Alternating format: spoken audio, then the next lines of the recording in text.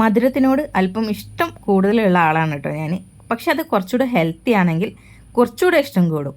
ഇന്ന് നമ്മൾ ചെയ്തെടുക്കുന്ന ഐറ്റം നിങ്ങളുടെ നാട്ടിലൊക്കെ എന്താണ് പറയുന്നതെന്ന് എനിക്കറിയില്ല. ചില സ്ഥലങ്ങളിൽ ഇതിന് കൂവ പായസം എന്ന് പറയാറുണ്ട്. നമ്മുടെ ഇവിടെയൊക്കെ കൂവ വിരകിയതെന്നാണ് കേട്ടോ പറയാറ്. അപ്പോൾ നമുക്ക് എങ്ങനെയാണ് ഇത് ചെയ്തെടുക്കുന്നത് നോക്കാമല്ലേ. ആദ്യം നമുക്ക് ശർക്കരയൊന്ന് ഉരുക്കി മാറ്റി വെക്കാനുണ്ട്. ഞാനിവിടെ ഒരു 5 അച്ച് ശർക്കരയാണ് എടുത്തേക്കുന്നത്.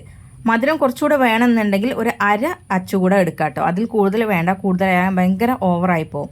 ഇതിലേക്ക് ഞാൻ 1.5 കപ്പ് വെള്ളം കൂടെ ഒഴിച്ചിട്ട് ശർക്കര ഉരുക്കി നമുക്ക് മാറ്റി വയ്ക്കാം. ഇനി നമുക്ക് കൂവപ്പൊടിയാണ് വേണ്ടത്. 1 കപ്പ് കൂവപ്പൊടിയിലേക്ക് 3 കപ്പ് വെള്ളം നമ്മൾ ഒഴിച്ചു കൊടുക്കണം കേട്ടോ. ഇനി നമുക്ക് ഇതൊന്ന് നന്നായിട്ട് കട്ടയൊന്നും ഇല്ലാണ്ടൊന്ന് കലക്കിയെടുക്കാം. കലക്കിയെടുത്തതിന് ശേഷം അത് നമുക്ക് മാറ്റി വയ്ക്കാം.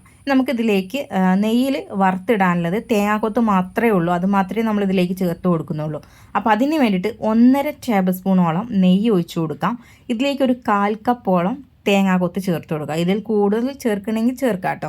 ഇത് നമുക്ക് നന്നായിട്ടൊരു ബ്രൗൺ കളറാവുന്ന വരെ ഒന്ന് വറുത്തതിന് ശേഷം ഇത് നമുക്ക് മാറ്റി വയ്ക്കാം. നമ്മൾ വേറെ നെയ്യൊന്നും ഇതിലേക്ക് ചേർക്കുന്നില്ല. ഈ നെയ്യ് തന്നെയാണ് നമ്മൾ ലാസ്റ്റ് വരെ ഉപയോഗിക്കുന്നത്. ഇതിലേക്ക് ഇടയ്ക്കിടയ്ക്ക് നെയ്യ് ചേർക്കേണ്ട ആവശ്യമൊന്നും വരുന്നില്ല കേട്ടോ.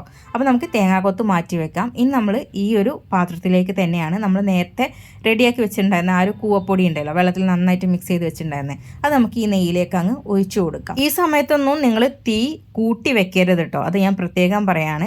ഇനി നമ്മൾ നേരത്തെ ഉരുക്കി വെച്ചിട്ടുണ്ടായിരുന്ന ആ ഒരു ശർക്കര പാനി ഉണ്ടല്ലോ, അത് നമുക്ക് ചൂടാറിയതിന് ശേഷമാണ് കേട്ടോ ഇതിലേക്ക് ഒഴിച്ചു കൊടുക്കുന്നത്. ഇത് നമ്മൾ 1.5 കപ്പ് വെള്ളത്തിലാണ് നമ്മളിത് ഉരുക്കി വെച്ചിട്ടുണ്ടായിരുന്നത്. മൊത്തം നമ്മൾ ഈ ഒരു കൂവപ്പൊടിയുടെ ആ ഒരു വെള്ളം ഈ ശർക്കരയുടെ വെള്ളം കൂടെ കൂടിയിട്ട് ഒരു 4.5 കപ്പോളം വെള്ളം നമ്മൾ ഇതിലേക്ക് ചേർത്തിട്ടുണ്ട്. അപ്പോൾ ഇത്രയും വെള്ളത്തോട് കൂടി തന്നെയാണ് നമ്മൾ കൂവ വരകേണ്ടത്. നമ്മളിത് പെട്ടെന്ന് കുറുകാൻ വേണ്ടിയിട്ട് വെള്ളം കുറച്ചിട്ട് ചെയ്തെടുക്കുകയാണെങ്കിൽ നമ്മുടെ കൂവ വെന്ത് കിട്ടില്ല കേട്ടോ. അത് ഞാൻ പ്രത്യേകം പറയാണ്. നിങ്ങൾ ഇത്രയും വെള്ളം എടുത്തിട്ട് വേണം ഇത് കുറുക്കിയെടുക്കാനായിട്ട്. നമ്മൾ ഇത് എല്ലാം കൂടെ മിക്സ് ചെയ്തതിന് ശേഷം ആദ്യം ഒന്ന് ഹൈ ഫ്ലെയിമിൽ ഇട്ടതിന് ശേഷം പിന്നെ ഒന്ന് ലോ ഫ്ലെയിമിലാക്കിയിട്ടാണ് കേട്ടോ നമ്മളിത് കുറുക്കിയെടുക്കേണ്ടത്. ഇത് കുറുക്കിയെടുക്കുന്നതിനനുസരിച്ച് ഇതിൽ കട്ടകളൊക്കെ ഉണ്ടെങ്കിൽ അങ്ങ് പോയി കിട്ടും. ഇത് ഏകദേശം ഒന്ന് കുറുകി വരുന്ന സമയത്താണ് ഞാൻ ഇതിലേക്ക് ഏലക്കാപ്പൊടി ചേർത്ത് കൊടുക്കുന്നത്. കൂടെ തന്നെ നമ്മൾ നേരത്തെ തേങ്ങാക്കൊത്ത് വറുത്ത് വെച്ചിട്ടുണ്ടായിരുന്നല്ലോ, അതുകൂടെ നമ്മൾ ഇതിലേക്ക് ചേർത്ത് കൊടുക്കുന്നുണ്ട്. ഞാൻ നേരത്തെ പറഞ്ഞു ഇതിലേക്ക് നമ്മൾ ആദ്യം ചേർക്കുന്ന ആ നെയ്യ് മാത്രമേ ആവശ്യമുള്ളൂ. പിന്നെ നമുക്കിതിലേക്ക് നെയ്യ് ചേർക്കേണ്ട ആവശ്യമില്ല കേട്ടോ. ഇതുപോലെ അങ്ങ് വിരകിയെടുക്കുകയാണ് ചെയ്യുന്നത്. തുടക്കത്തിൽ നമ്മളിത് ചൂടാവുന്ന ആ ഒരു സമയം വരെ ഹൈ ഫ്ലെയിമിലിടുക. അതിന് ശേഷം ലോ ഫ്ലെയിമിലിട്ടിട്ട് വേണം ഇത് കുറുക്കിയെടുക്കാനായിട്ട്. നമ്മൾ ഇതിൻ്റെ പരുവം നോക്കുന്നത് ഇത് കുറുകി വന്ന് നമ്മൾ തവി ചെരിച്ച് പിടിക്കുന്ന സമയത്ത് അതിൽ നിന്നിങ്ങനെ ഉറ്റിറ്റായിട്ട് വീഴണം കേട്ടോ. ഒരുപാട് കട്ടിയോ അല്ല വേണ്ടത്, എന്നാൽ ലൂസായിട്ടും അല്ല വീഴേണ്ടത്. ഈ ഒരു പരുവം കണ്ടല്ലോ, ഇതുപോലെ ആയിട്ടാണ് കേട്ടോ നമുക്ക് ഇതിൻ്റെ പരുവം കിട്ടേണ്ടത്. അപ്പം നമ്മുടെ കൂവ പായസം അതല്ലെങ്കിൽ കൂവ വിരകിയത് ഇവിടെ റെഡി ആയിട്ടുണ്ട്.